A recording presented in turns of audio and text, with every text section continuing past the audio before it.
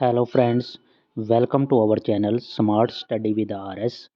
आज हम क्लास 10वीं का का सैम्पल पेपर डिस्कस करने जा रहे हैं। सब्जेक्ट कोड 125 और ये फिजिकल एजुकेशन का है, बोर्ड की तरफ से रिकमेंडेड है। इसमें आपको ये सभी इम्पोर्टेंट क्वेश्चन हैं। इसके अंदर आपको देखना है कि इसमें आपको कौन से क्वेश्चन आ रहे हैं। आपको क्वेश्चन नोट करके इसी में से भी आंसर देख सकते हो या फिर आप बुक में से देख सकते हो। ये विद सॉल्यूशन है कंप्लीट और ये सभी इम्पोर्टेंट क्वेश्चन है। आपको मैक्सिमम बेनिफिट होगा। ये HBSC जो अपना बोर्ड ऑफ स्कूल एजुकेशन है, स्कूल एजुकेशन हरियाणा BSc की तरफ से रिकमेंडेड है। तो इसमें सबसे पहले क्या है, ये आपको 5 अंक के यहाँ पे मिलेंगे। मार्किंग स्कीम दे रखी है, ये अंक दे रखे हैं इस साइड, ये 5। ये इसमें क्या है, स्वस्थ शरीर में ही स्वस्थ मन निवास करता है, ये कथन अरस्तु का। वायु में नाइट्रोजन की मात्रा 78%। एक संपूर्ण भोजन दूध। गेंगा रोग से आयोडीन। वंदे मातरम गीत आनंद मठ। पानी द्वारा फैलने वाले रोग ये सारे ही होंगे। चिकित्सा शास्त्र का जनक हिप्पोक्रेटस। उसके बाद ये मानव सबसे बड़ी ग्रंथि पीयूष ग्रंथि। मानव हृदय का वजन 300 ग्राम। प्रथम एशियाई खेलों का आयोजन 1951 में। PV सिंधु किस खेल से संबंधित है, बैडमिंटन से। उसके बाद है अभिकथन और कारण दे रखे हैं। ये 13वां टाइप है जो उसके बाद है मधुमेह एक हानिकारक रोग है। कारण मधुमेह मानव शरीर में पेनिक्रास ग्रंथि के खराब होने के कारण होता है। ये इसका दे रखा है, ये दोनों ही सही हैं और आर सही भी व्याख्या करता है। एथलेटिक्स को खेलों की रानी कहा जाता है। कारण ट्रैक एंड फील्ड इवेंट में भाग लेने वालों को एथलीट कहा जाता है। तो ये दोनों ही सही है और आर इसकी सही व्याख्या करता है। उसके बाद यहाँ पे क्वेश्चन दे रखा है राजीव गांधी वाला। ये आपको क्वेश्चन मेन नोट करते जाना है। क्वेश्चन नंबर 15 पे पहुंच गए हैं। राजीव गांधी खेल रत्न पुरस्कार भारत का सबसे बड़ा खेल पुरस्कार है। कुछ समय पहले भारत सरकार द्वारा इस पुरस्कार का नाम बदलकर मेजर ध्यानचंद पुरस्कार कर दिया गया था। ये बात भी सही है। उसके बाद है विटामिन डी पे नोट करना है, लिखना है। ये क्वेश्चन नंबर आपका 16 हो गया। विटामिन डी विटामिन का पूछ रखा है यहाँ पे। उसके बाद है नेक्स्ट क्वेश्चन यहाँ पे, दूध को संतुलित भोजन क्यों कहा जाता है, ये क्वेश्चन पूछा गया है। इसके अंदर इसकी कंपोजिशन दे रखी है कि 3.6% वसा, 3.4% प्रोटीन, 4.8 कार्बोहाइड्रेट, 0.7 नमक, 7.5 जल।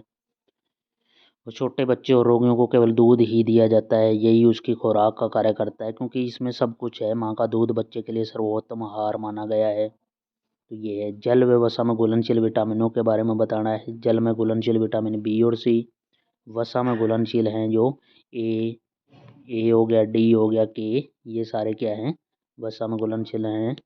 ये सब वसा में है। संतोष ट्रॉफी पर नोट लिखना है। ये क्वेश्चन काफ़ी बार हर पेपर में रिपीट होता है। ये फुटबॉल से रिलेटेड है, छोटे क्वेश्चन में भी पूछा जाएगा आपसे और बड़ा क्वेश्चन है तो यहाँ से आपको आंसर कॉपी कर लेना है। संतोष ट्रॉफी ये है, महाराजा संतोष के नाम पर इसका नामकरण हुआ था। फुटबॉल से रिलेटेड है ये। उसके बाद है भारत में एशियाई खेलों का आयोजन कितनी बार और कितनी बार से कब कब हुआ है। एक 1951 में हुआ है और दूसरा 1982 के अंदर हुआ है, 2 बार हुआ है। उसके बाद है कोरोना महामारी पर नोट लिखो, ये कोविड-19 के बारे में ऐसे 2 नंबर का क्वेश्चन पूछ सकता है। उसके बाद है नेक्स्ट कि संक्रामक रोग किन किन कारणों से फैलते हैं। ये रोग प्रत्यक्ष या अप्रत्यक्ष दोनों माध्यमों से फैलते हैं। ये रोग वायु द्वारा, प्रत्यक्ष संपर्क से, अप्रत्यक्ष संपर्क से, कीट पतंगों द्वारा, खाद्य पदार्थों के द्वारा, पानी द्वारा, ये सब फैलते हैं संक्रामक रोग। उसके बाद है राष्ट्रीय झंडे के 3 रंगों की क्या विशेषताएं हैं। तीनों रंगों की, केसरिया, सफ़ेद, हरा, इनकी विशेषताएं लिखनी है हमें। इनकी क्या क्या विशेषताएं हैं। उसके बाद है देश के प्रत्येक नागरिक के 4 कर्तव्य लिखिए। ये 4 कर्तव्य हर एक नागरिक के क्या कर्तव्य होने चाहिए वो दे रखा है। देश की प्राकृतिक संपदा की रक्षा करना, राष्ट्रीय स्वतंत्रता संग्राम के आदर्शों का पालन करना, ये है। उसके बाद 24 क्वेश्चन, राष्ट्रीय झंडे को फहराते समय किन किन बातों का ध्यान रखना चाहिए। ये सब चीज़ें इसके अंदर दे रखी हैं। राष्ट्रीय झंडे को फहराते हुए ये पहला पॉइंट है। सेकंड, थर्ड, फोर्थ चारों साफ सुथरा होना चाहिए। स्टेज की दाईं ओर होना चाहिए। आसपास की सभी वस्तुओं से ऊंचा होना चाहिए। तेज़ी से चढ़ाना चाहिए और धीरे धीरे उतारना चाहिए। उसके बाद है एड्स क्या है, ये कैसे फैलता है, इसके बचाव के क्या क्या कार्य हैं। It's acquired amino deficiency syndrome है एड्स। ये HIV नामक विषाणु द्वारा फैलता है। ये विषाणु शरीर में उपस्थित श्वेत रक्त कणिकाओं पर आक्रमण करता है और शरीर को कमजोर कर देता है और धीरे धीरे कमजोरी आ जाती है। एड्स के कारण मृत व्यक्ति की मृत्यु भी हो जाती है। ये फैलने के कारण है, उसके बचने के उपाय हैं। उसके बाद है रोग प्रतिरोधक क्षमता किसे कहते हैं, ये कितने प्रकार की होती है। उसके बाद ये बड़े क्वेश्चन में 27 आ गया कि संक्रामक रोग किसे कहते हैं, इसके फैलने के माध्यम पूछ रखे हैं यहाँ पे। उसके बाद है अगला क्वेश्चन है अस्थियां कितने प्रकार की होती है और इनके प्रकारों का वर्णन करें। लंबी अस्थि, छोटी, चपटी, अव्यवस्थित और सेसोमॉइड अस्थियां, ये हैं दे रखी हैं हमें अस्थियों के प्रकार। उसके बाद है स्वास्थ्य शिक्षा से आप क्या समझते हैं। स्वास्थ्य शिक्षा के उद्देश्यों का वर्णन कीजिए। ये लॉन्ग टाइप आ गए हैं क्वेश्चन, तो यहाँ से आप वीडियो पॉज करके भी आंसर चेक कर सकते हो और बुक से भी कर सकते हो। उसके बाद नेक्स्ट क्वेश्चन है, ये अलग अलग डेफिनेशन दे रखे हैं, ये इंपॉर्टेंट होती हैं। डॉक्टर जैसे डॉक्टर थॉमस वुड के शब्द क्या थे, ये है, इनसे नंबर ज़्यादा बनते हैं। थॉमस वुड के क्या थे। ग्राउट के अनुसार क्या है स्वास्थ्य शिक्षा, ये है। उसके बाद ये इसके यहाँ पे आपको स्वास्थ्य शिक्षा के उद्देश्य भी देखने को मिलेंगे। उसके बाद नेक्स्ट क्वेश्चन है स्कूल भवन का निर्माण करते समय किन किन बातों का ध्यान रखना चाहिए, ये अथवा के अंदर है। मुख्य भवन, कमरे कैसे होने चाहिए, पीने का पानी के उचित मैदान, पार्क, ये सब चीज़ें, अन्य कमरे, ये सारी चीज़ें आ जाती हैं।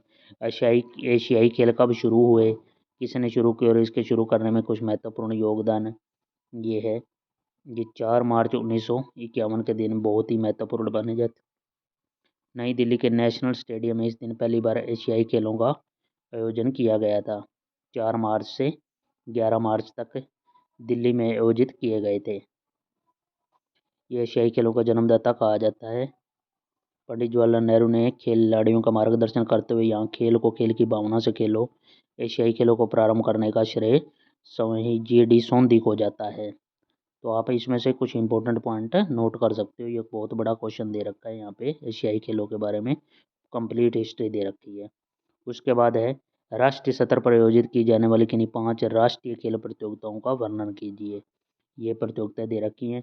सबसे पहले है अखिल भारतीय नेहरू जूनियर हॉकी प्रतियोगिता, नेहरू सीनियर हॉकी प्रतियोगिता, आगा खां कप। यहाँ इतना भी आ सकता है आपको, क्या है, आगा खां नोट करना है, ये किससे है, हॉकी से। उसके बाद है बम्बई स्वर्ण कप, ये भी हॉकी से है, बम्बई स्वर्ण कप भी हॉकी खेल से संबंधित है। उसके बाद है संतोष ट्रॉफी, मोस्ट इम्पोर्टेंट, संतोष ट्रॉफी किससे है, फुटबॉल से संबंधित है। उसके बाद नेक्स्ट है अर्जुन पुरस्कार पर नोट कीजिए, नोट लिखो। ये मोस्ट इम्पोर्टेंट क्वेश्चन है, कई बार पेपरों में आ गया। सन 1961 में आरंभ हुआ था और अच्छे प्लेयर को दिया जाता है, अच्छे खिलाड़ी को पीतल धातु का बना होता है, मेडल दिया जाता है, साथ में एक ब्लेजर और 15 लाख रुपए नगद होते हैं, ये है। इसी तरह है अथवा द्रोणाचार्य पुरस्कार, ये अथवा में दे रखा है, या फिर द्रोणाचार्य खेल पुरस्कार पर नोट लिखिए। तो इसमें क्या है, ये 1985 में आरंभ हुआ था और इसके अवार्ड का प्रचलन ठीक ढंग से वैज्ञानिकों को परीक्षण देने के लिए किया गया है, ताकि वह अपने परीक्षण द्वारा खिलाड़ियों को अंतर्राष्ट्रीय सतह पर पहुंचा सके। ये अवार्ड उनके सुंदर प्रशिक्षण और लगन के लिए दिया जाता है। इस अवार्ड में महान गुरु द्रोणाचार्य का बुत, 1 साल और 15 लाख रुपए दिए जाते हैं। उसके बाद है ये द्रोणाचार्य अवार्ड, उसको ये है, कोई भी, ये पॉइंट दे रखा है, कोई खिलाड़ी कोई दुनिया का रिकॉर्ड तोड़ता है, सोने का तमगा, एशियन खेलों में या कॉमनवेल्थ खेल का विजेता, ये सब पॉइंट दे रखे हैं। तो ये सारे ही इम्पोर्टेंट क्वेश्चन हैं, इसको आपको जरूर करके जाना है कल वाले पेपर के लिए। ज़्यादा से ज़्यादा लोगों तक शेयर करें, मोस्ट इम्पोर्टेंट क्वेश्चन है ये। और चैनल को सब्सक्राइब करें, लाइक करें, शेयर करें। Thank you for watching.